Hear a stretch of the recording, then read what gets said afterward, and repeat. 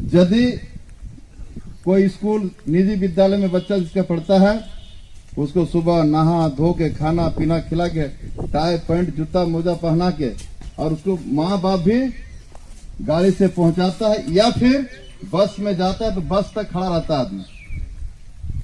और हमने के किधर सरकारी स्कूल में पढ़ो सर भूसुर ढूंढ लेगी स्कूल आएगी, नहा लो कि ना नहा लो मतलब ना हो बोलते हो नहीं। इसका कौन देखेगा? इच्छा शक्ति कौन बढ़ाएगा? किनका दायित्व बनता है? बहुत ईमानदारी साथ आप बोले, बहुत ईमानदारी साथ बोले। हमको बधाई देना चाहते हैं।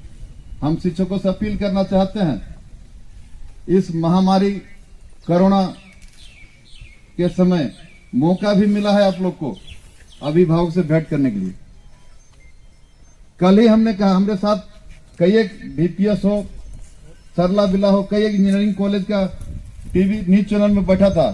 वो लोग इतना विद्वान आदमी है, हम ऐसा नहीं है। हम तो कहेंगे कि वो लोग जो साथ हम बैठे थे टीवी चैनल में, मैंने सूरज के आगे दीप जलाने के बराबर होता है, लेकिन मेरे बात पर समर्थन करना पड़ा वो लोग।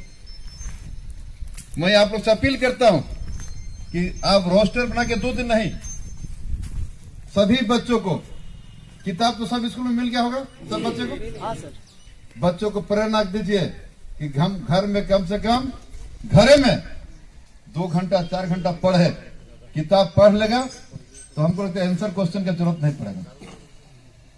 यदि कोई समझ में नहीं आएगा तो टीचर उस गांव में कम से कम एक बार रोज घूम जाए, ये बच्चों के दिमाग में आ जाएगा कि हमारे शिक्षक गांव में घूम रहे हैं।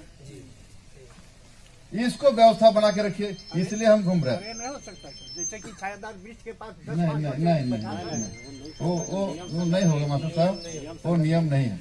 आप गांव में घूम जाइए ना, किसी घर बैठ जाइए 1 घंटा, चाहे आपको चाय भी पिलाएगा और सम्मान भी करेगा, बिल्कुल आपकी इज्जत भी बढ़ेगा।